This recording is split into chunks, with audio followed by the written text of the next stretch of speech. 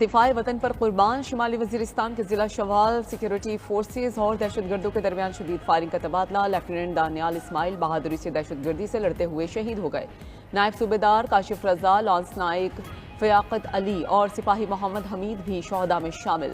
Security forces کی خیبر پختونخوا اور بلوچستان میں الگ الگ کارروائیاں۔ ہندوستان کے سپانسرڈ 12 دہشت گردوں کو جہنم واصل کر دیا گیا۔ وزیر اعظم کے دہشت گردوں کو جہنم واصل کرنے پر فورسز کی تعریف، پاک فوج کے جوانوں کی شہادت پر اظہار افسوس۔ وزیر اعظم شہباز شریف نے کہا کہ بھارتی حمایت یافتہ دہشت گردوں کے مذموم عزائم خاک میں ملا دیں گے۔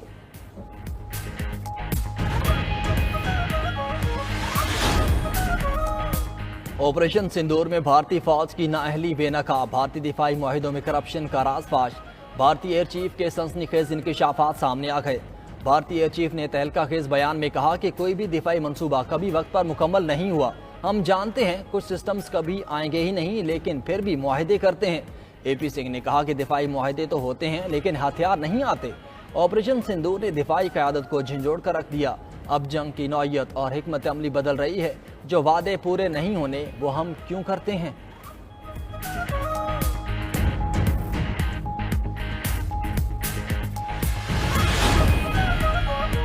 پاکستان کی مضبوط معاشی ساکھ سے متاثر روس کا پاکستان میں بڑی سرمایہ کاری کا معاہدہ۔ روس سے رعایتی نرخوں پر تیل اور گیس کی درآمد سے متعلق اہم پیش رفت۔ پاکستان اسٹیل ملز کی 700 ایکڑ زمین پر جدید روسی ٹیکنالوجی سے نئے پلانٹ کی تعمیر جاری۔ پاک روس معاہدے کے تحت پاکستان اسٹیل کی درآمدات میں 30% کمی اور $2.6 ارب کی بچت متوقع۔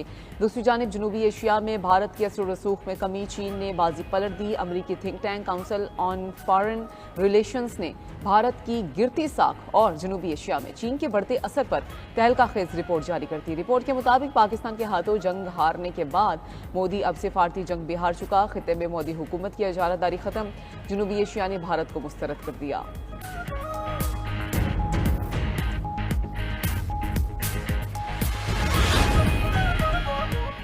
کم عمری کی شادی پر پابندی، خلاف ورزی پر 3 سال تک قید اور بھاری جرمانہ ہوگا۔ صدر مملکت آصف علی زرداری نے بچوں کی شادی کی ممانعت کے بل پر دستخط کر دیے۔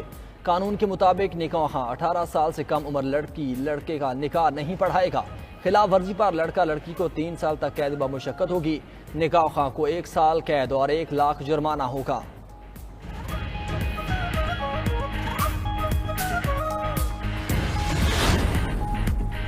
اسرائیل کے غزہ میں دہشت گرد حملے نہ تھم سکے، مزید 70 فلسطینی جام شہادت نوش کر گئے۔ بریج کیمپ پر فضائی حملہ، ایک ہی خاندان کے 24 افراد شہید۔ جبالیہ میں 2 گھروں پر بمباری، خواتین اور بچوں سمیت 10 افراد جاں بحق۔ غزہ سٹی کے مختلف حصوں پر بمباری، 14 افراد شہید۔ خان یونس میں امدادی سامان لینے والے فلسطینیوں پر فائرنگ، 5 افراد شہید۔ غزہ میں شہداء کی تعداد 54,249 ہو گئی، 1,23,492 افراد زخمی۔ تباہی اور بربادی کے بعد اسرائیل نے غزہ جنگ بندی کی تجویز قبول کر لی۔ وائٹ ہاؤس کی تصدیق، حماس کا کہنا ہے کہ امریکی ایلچی سٹاو وکٹوف کی ترمیم شدہ تجویز کا جائزہ لے رہے ہیں، جلد جواب دیں گے۔ ادھر اسرائیلی مظالم کے خلاف احتجاج، ترک کنگ فور چیمپئن نے اپنا طلائی تمغہ دریائے نیل میں پھینک دیا۔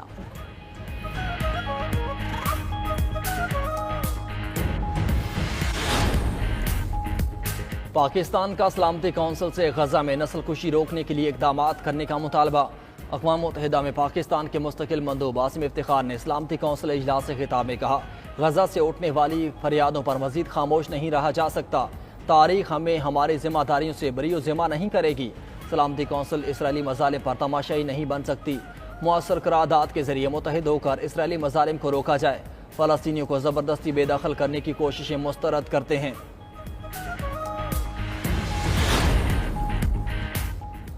امریکی اپیل کورٹ نے ٹرمپ ٹیرف کو عارضی طور پر بحال کر دیا۔ واشنگٹن میں فیڈرل سرکٹ کی اپیل کورٹ نے ٹیرف پر فیصلے میں کوئی رائے نہیں دی۔ مقدمے کے مدعیان کو 5 جون، ٹرمپ انتظامیہ کو 9 جون تک جواب دینے کی ہدایت۔ دوسری جانب امریکی عدالت نے ہارورڈ یونیورسٹی میں غیر ملکی طلبہ پر ٹرمپ کی پابندی کو معطل کر دیا۔ امریکی عدالت کی جج نے عارضی حکم نامے میں لکھا، ہارورڈ یونیورسٹی میں بین الاقوامی طلبہ کو داخلے سے روکنا غیر قانونی ہے۔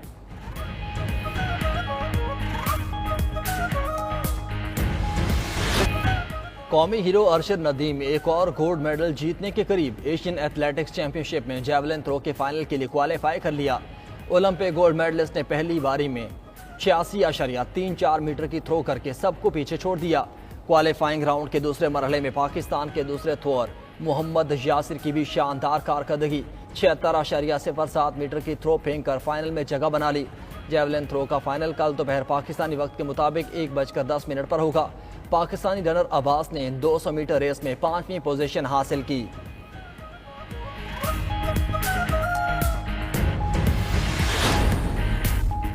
وزیر اعلیٰ پنجاب مریم نواز سے سبکدوش ورلڈ بینک کے کنٹری ڈائریکٹر کی ملاقات۔ ورلڈ بینک اور حکومت پنجاب کی شراکت داری کو مزید مضبوط بنانے پر اتفاق۔ مریم نواز نے کہا کہ پنجاب میں ورلڈ بینک کے تعاون سے $2.4 ارب کے 12 منصوبے جاری ہیں۔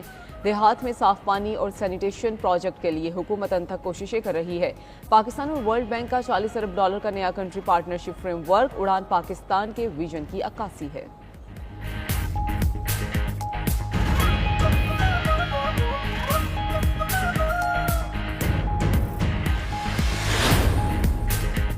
لسبیلا، روجان اور چنیا میں ٹریفک حادثات میں 8 افراد جاں بحق۔ لسبیلا میں قومی شاہراہ پر کار اور ٹرک میں تصادم میں کار سوار 4 افراد جاں بحق ہوئے۔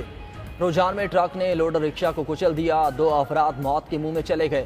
چنیا میں منی ٹرک نے موٹر سائیکل سوار 2 افراد کو کچل دیا۔ ادھر کراچی میں ہیوی ٹریفک مزید 3 جانیں نکل گئی۔ دمبا گھوٹ میں ٹریلر نے موٹر سائیکل سواروں کو کچل دیا، حادثے میں 2 خواتین جاں بحق، 2 کمسن بچیوں سمیت 3 افراد زخمی۔ بلدیہ نمبر 2 میں بھی ٹریلر نے موٹر سائیکل سوار کی جان لے لی۔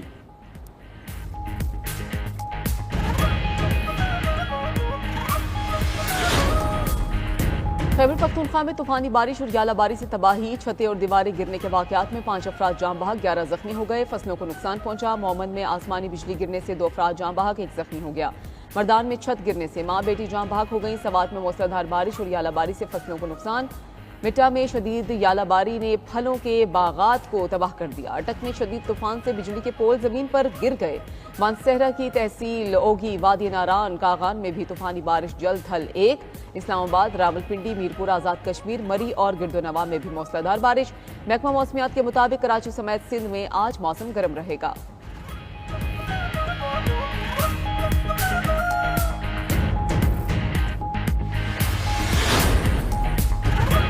خانیوال اسٹیشن پر مسافر پل کا حصہ گرنے کا واقعہ، حادثے میں ریلوے ملازم جاں بحق، خاتون سمیت 2 افراد زخمی ہوئے۔ وفاقی وزیر ریلوے محمد حنیف عباسی کا نوٹس، 3 افسران معطل۔ وزیر ریلوے کا معاملے پر اظہار افسوس، ذمہ داروں کے خلاف سخت کارروائی کی ہدایت۔ سی ای او ریلوے، آئی جی ریلوے اور ڈی ایس لاہور پر مشتمل انکوائری کمیٹی تشکیل۔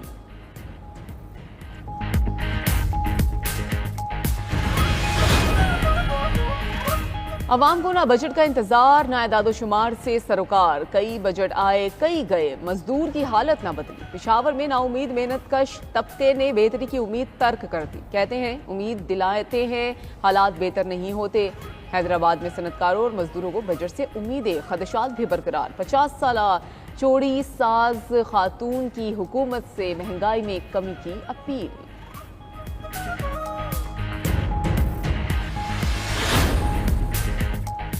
کرنٹ اکاؤنٹ میں $1 ارب 90 کروڑ کا سرپلس ریکارڈ۔ افراد زر اپریل میں کم ہو کر 0.3% پر آ گیا۔ وزارت خزانہ نے ماہانہ معاشی آؤٹ لک رپورٹ جاری کر دی۔ رپورٹ کے مطابق آٹو موبائل شعبے میں 95.8% تک اضافہ ریکارڈ کیا گیا۔ آئی ٹی برآمدات میں 21.1% اور تحصیلات زر میں نمایاں اضافہ ہوا۔ لارج سکیل مینوفیکچرنگ میں سالانہ بنیادوں پر 1.8% اضافہ ریکارڈ۔ 22 میں سے 12 صنعتی شعبوں نے مثبت کارکردگی دکھائی۔ کل محصولات میں 36.7% اضافہ ہوا۔ مالی خسارہ کم ہو کر